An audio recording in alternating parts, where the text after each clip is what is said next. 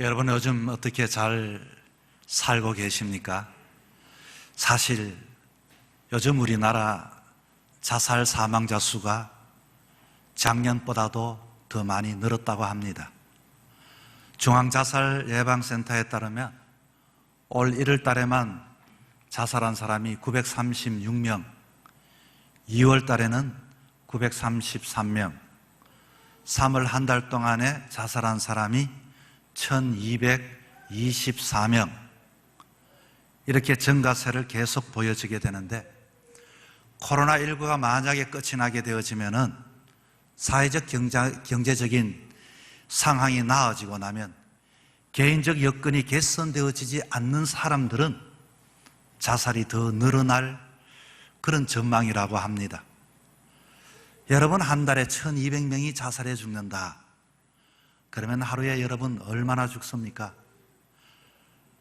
그렇습니다. 하루에 보통 수많은 사람들이 이렇게 스스로 자기의 목숨을 포기해버리게 되죠. 최근 인근에 젊은 사람이 텐트를 치고 자살을 했습니다.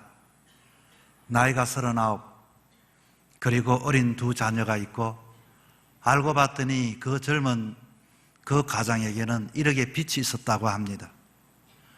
아마 분명한 것은 변하는 세상에 나름 자기는 잘 살고 싶어서 애를 쓰다가 젊음, 그리고 가장, 책임감, 그 모든 것들을 포기하고 그렇게 자기의 생명을 포기했던 것 같습니다. 오늘 이 시대는 자살하는 시대가 아니라 도리어 자살을 당하는 시대에 우리가 살아간다고 하지요. 왜 사람들이 자살을 당합니까? 때로는 주변의 빚독촉으로 인하여 불안하기 때문에, 때로는 가족으로부터 고립되어 외롭기 때문에, 급박하게 변하는 사회 속에서 많은 사람들이 정신적으로, 때로는 주변의 환경에 의해서 그렇게 자살을 당하며 살아갑니다. 모두가 나름대로 이유가 있겠죠. 잘 살고 싶었는데, 열심히 살았는데, 애를 썼는데 뜻대로 되지 않았다는 것이죠. 여러분, 이런 어려움을 당하는 것이 이들 뿐이겠습니까? 여러분의 자녀들은 안정하십니까? 여러분의 삶은 괜찮습니까? 이런 세상에 무엇이 우리의 삶을 바르게, 반듯하게, 흔들리지 아니하게 붙잡아 줄 수 있는 그것이 과연 무엇이란 말입니까?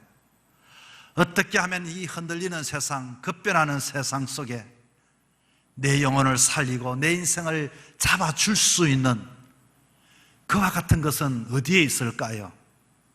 히브리서 11장 4절 말씀에 그가 죽었으나 그 믿음으로서 지금도 말하느니라. 죽었지만 그의 믿음들은 우리에게 계속하여 들려지는 그 죽음은, 그 삶은 복된 삶이라 말할 수가 있습니다. 세상에서 많은 사람들이 지혜의 말을 합니다. 여기에 더 좋은 물질을 얻을 수 있습니다. 쫓아갔다가 가상학패로 인하여 때로는 물질을 번 사람도 있지만 물질을 한순간 잃어버린 사람도 있고, 때로는 여기에 좋은 자리가 있습니다. 최근엔 안산에는 향후의 해관에서 영화 같은 난투극이 벌어졌다고 합니다. 회장 자리 때문에 그렇다는 것이죠. 자신이 이루지 못한 꿈을 위해서, 자식을 위하여 그렇게 모든 삶을 드렸던 부모들, 여러분, 그러나 삶의 자리를 잃어버리고 마지막에는 내가 무엇을 위해 살아왔을까? 여러분 어떻습니까? 여러분은 지금 잘 살고 계십니까? 여러분, 여기저기 들려오는 소리에 귀를 기울이다 보면은 때로는 우리는 마지막에 가서 낭패를 당하기 일쑤입니다. 마지막까지 우리가 과연 내 삶이 흔들리지 아니하고 붙잡아야 할 말씀은 어떤 말씀일까요? 오늘 본문에 한 생의 삶을 살았던 다윗이 가장 사랑했던 아들 솔로몬에게 가장 소중한 말을 전해줍니다. 오늘 본문 1절에 이렇게 말합니다. 다윗이 이스라엘의 각층의 지도자들을 한자리에 모아놓고 치호의 말을 하는데, 첫 번째 아들에게 주는 말씀, 건축하라 입니다. 자, 2절 말씀에 다윗 왕이 일어서 이르되 나의 형제들, 나의 백성들아, 내 말을 들어라. 나는 여호와 예, 언약궤 곧 우리 하나님의 발등상에 봉안할 전 건축할 마음이 있어 건축할 재물을 준비했지만 그러나 다음 3절에 보니 하나님이 내게 이르시되 너는 군인이라 피를 흘렸으니 내 이름을 위하여 전을 건축하지 못하리라. 여러분, 우리의 인생은 여러분 어떤 인생일까요? 우리의 인생을 가만히 살펴보면 날마다 개미처럼 평생 짐을 나르며 건축하며 사는 것이 우리들의 인생입니다. 혹이라도 문제가 생기면 나의 성이 무너질까 봐 바람을 막기 위하여 성을 오늘도 쌓고 있습니다. 여러분, 아침에 일어나면 우리는 또 이렇게 또 일을 가지고 살아갑니다. 얼마나 바쁜지 모릅니다. 그래서 오늘 본문에 봤더니 그런 건축보다도 오로지 주의 전을 건축하라고 유언을 하고 있습니다. 우리 교회는 새롭게 건축을 잘 했지요. 그러면 우리는 이것을 이루었을까요? 여러분, 교회는 보이는 교회와 보이지 않는 교회가 있습니다. 세상에서 예수를 주로 고백한 부름받은 무리를 보고 무형의 교회, 보이지 않는 교회라고 말합니다. 교회는 건물만 완성되면 교회입니까? 끝이 납니까? 아닙니다. 지금도 우리의 삶이 교회를 지어가는 인생의 삶을 살아가야 합니다. 이게 무슨 말씀인고 하니, 저 오천에 여러분 가면은 그 오천에 보니까 예전에 병원이라고 세워진 멋진 건물이 있습니다. 그런데 그것을 지나가다 보면은 참 폐허와도 같다. 왜 그렇습니까? 어제 그 건물이 오늘 건물과 동일한데 왜 그렇습니까? 병원이라고 세워졌는데 그곳에는 의사가 없습니다. 간호사가 없습니다. 환자가 없습니다. 사람이 비어있는 그 건물이 더 이상 병원이 될 수가 없습니다. 교회는 어떨까요? 우리가 평생 건축하며 살아가는 우리들의 인생, 이 세상이 흔들려지고 급변한 세상 속에 우리를 지켜줄 그와 같은 그 교회, 교회는 바로 저와 여러분을 통하여 주님 오시는 그날까지 지어져 가야 합니다. 어떻게 지어져 가야 할까요? 날마다 말씀을 전하여 말씀을 듣는 자가 있어야 하고, 말씀의 역사가 나타나는 교회가 되어야 하고, 날마다 찬송 소리가 가득하고 충만한 교회가 되어야 하고, 기도 소리가 끊임없이 날마다 울려지는 그와 같은 교회, 생명력 있는 교회, 호흡하는 교회, 날마다 여기저기마다 확장하며 세워져가는 그 교회가 되어질 때 진정한 교회가 되어지는 것입니다. 여러분, 우리 인생도 마찬가지입니다. 주일 성수라는 개념이, 오늘 여러분 이 주일날 예전에는 그렇지 않았는데 예배가 무너지고 있습니다. 교회 학교 교육이 무너지고 있습니다. 성교가 무너지고 있습니다. 주일날 마지못해 도장 찍고 내 볼 일, 내 할 일, 친구 만나고 아이들과 함께 가족과 함께 하루를 즐깁니다. 이런저런 변명과 핑계를 통해 여러분 교회가 자꾸만 줄어들고 있습니다. 자신을 위해서는 얼마나 바쁘게 건축하는 줄 모릅니다. 자신을 위해서는 얼마나 튼튼한 성을 쌓는 줄 모릅니다. 여러분, 자신이 세워놨던 성, 자신의 그 건축 마점에 가면 어떻게 될까요? 변합니다. 무너집니다. 허물어집니다. 나에게 안전을 지켜주지 못합니다. 오늘 하나님께서는 주의 전을 건축하는 자에게, 그 다윗이 솔로몬 사랑하는 자녀에게 너는 인생의 삶을 살되 너 자신의 성을 건축하지 말고 하나님의 성을 건축하고 하나님의 전을 건축하라고 말합니다. 어떤 유익이 있을까요? 어떤 가치가 있을까요? 본문 7절에 이렇게 말합니다. 그 나라를 영원히 경고케 하리라. 통치자로서의 최고의 축복의 말씀입니다. 이 말씀이 무슨 말씀인고 하니, 너가 하나님을 그렇게 하나님의 전을 세울 때 그 전은 너의 자리를 굳건하게 지켜줄 것이다. 너를 너답게 만들어줄 것이다. 너 자리가 흔들리지 아니할 것이다. 여러분, 솔로몬을 보십시오. 솔로몬이 그와 같이 하나님을 섬겨나갔을 때에 주변에 많은 사람들의 열왕들이 와서 그에게 인사하고 절하고 그를 높여주었습니다. 우리는 우리 자신을 위해서 스스로 성을 쌓게 되어지고 부지런히 나의 집을 지어가면 그것이 내가 존경받는 것이라고 알고 있지만, 그러나 우리는 하나님의 전, 하나님의 일, 하나님의 사명을 감당할 때 하나님께서는 우리의 자리를 지켜주시고 우리의 자리를 채워주시고 우리를 이와 같이 인정받게 해주시게 된다고 약속해 주신 것입니다. 뿐만 아니라 오늘 본문 8절에 봤더니 이렇게 나옵니다. 아름다운 땅을 누리고 너의 후손들에게 끼쳐 영원한 기업이 되게 하리라.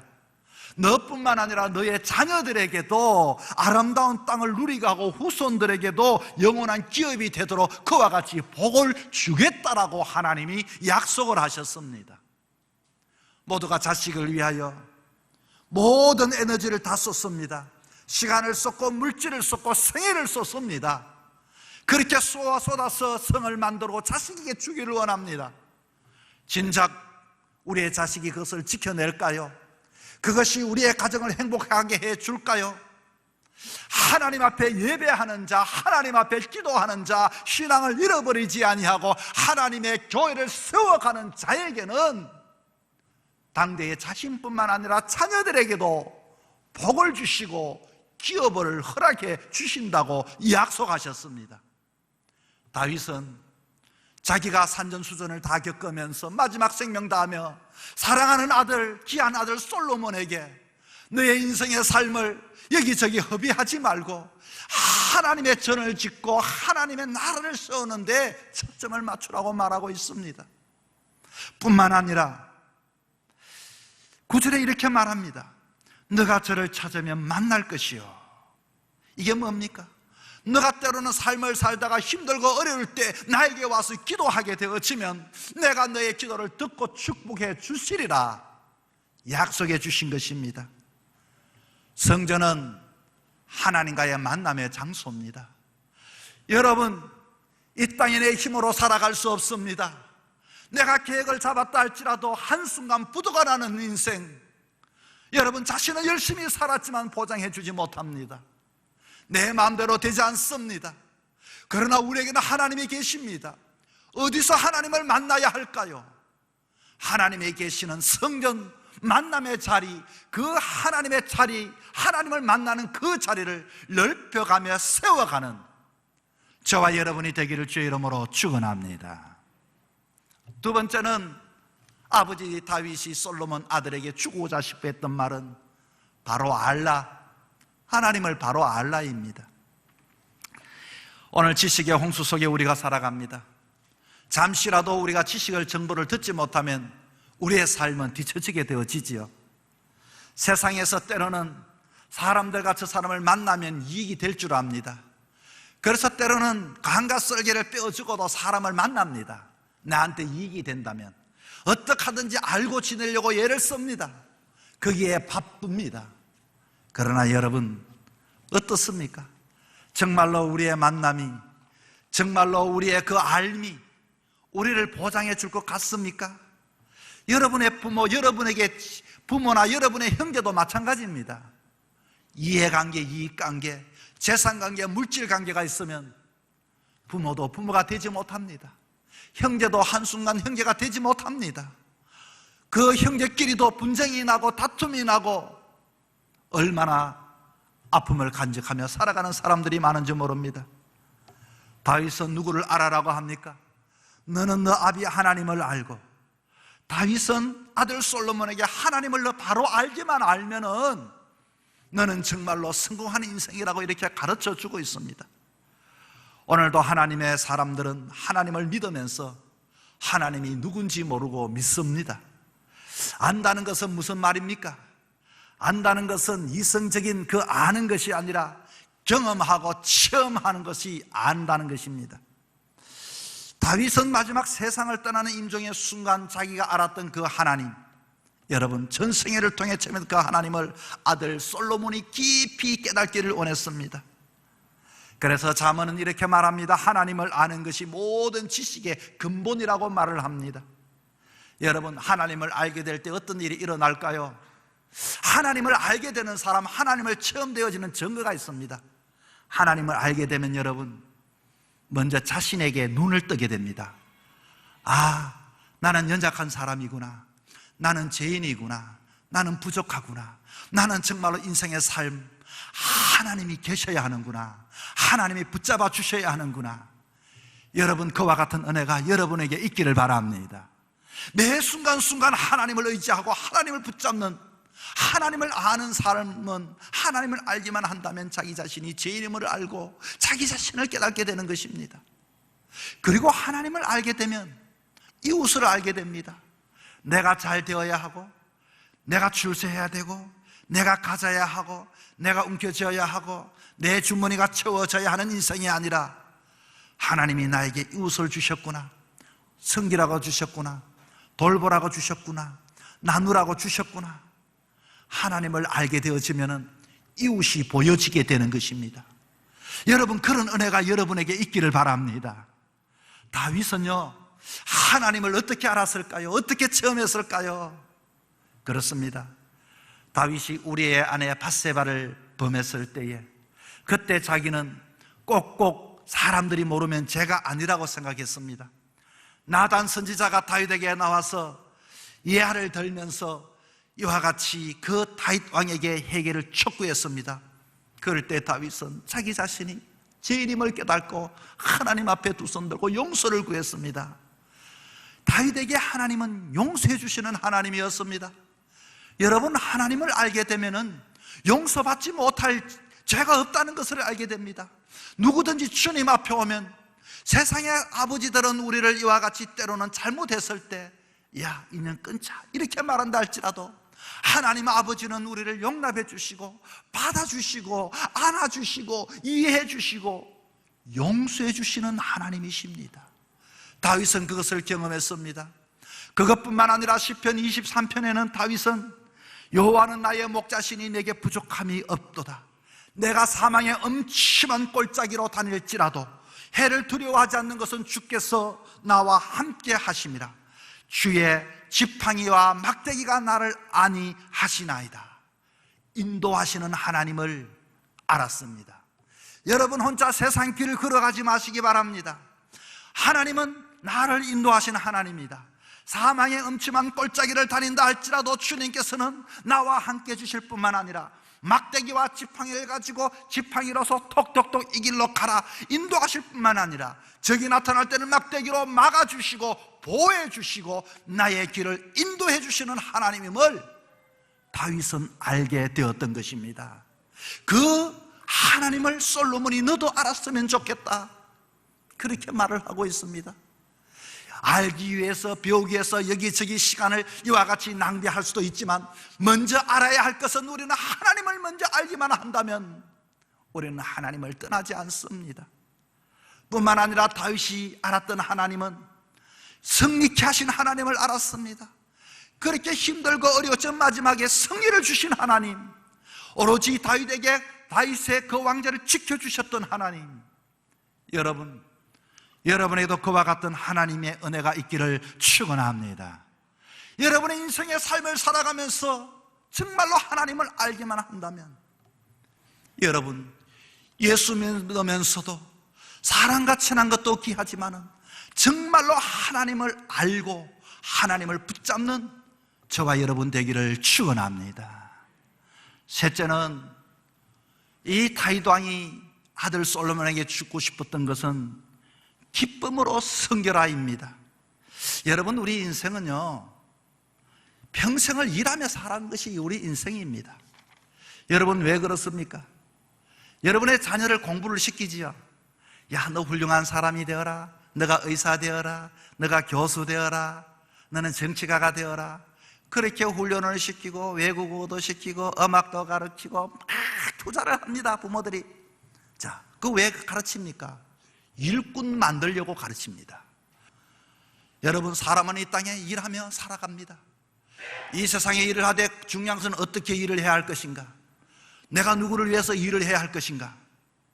그렇습니다.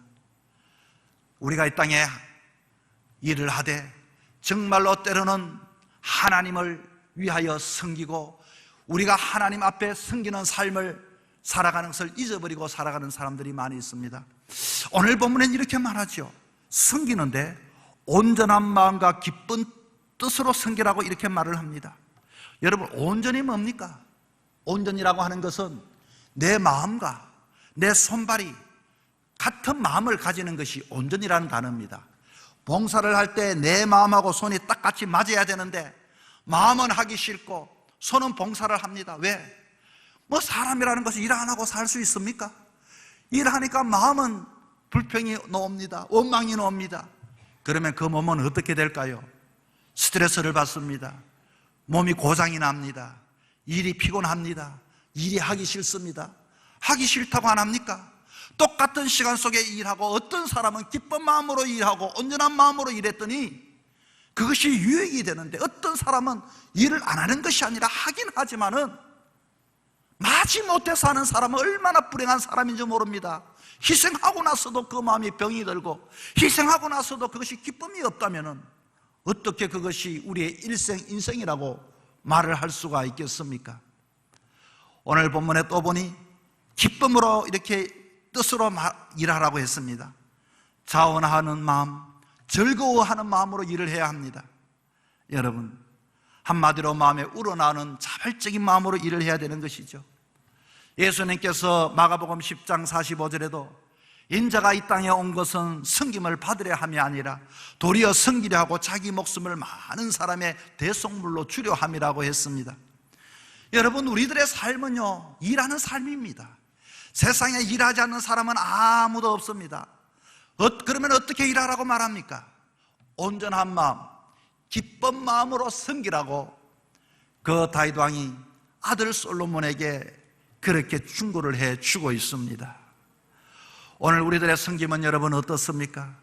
기쁨으로 하고 있습니까? 즐거움으로 하고 있습니까? 마지못하여 합니까? 죽지 못하여 합니까? 옥합을 깨뜨리는 마리아의 헌신은 자발적인 헌신이었습니다. 베세다 들녘에 어린 아이의 소년의 오병이어가 자원하여 이와 같이 드려지는 그 예물, 그 예물이야말로 하나님의 기적이 나타나는, 놀라운 역사가 나타나는 예물이 되었습니다. 자원하는데, 온전한 마음으로 기뻐하는데 역사가 나타나고 은혜가 나타나고 기쁨이 나타나고 보람이 나타나게 되는 것입니다. 여러분, 무엇든 일을 하든지 즐거운 마음으로 인생의 삶을 살아갈 수 있기를 바랍니다.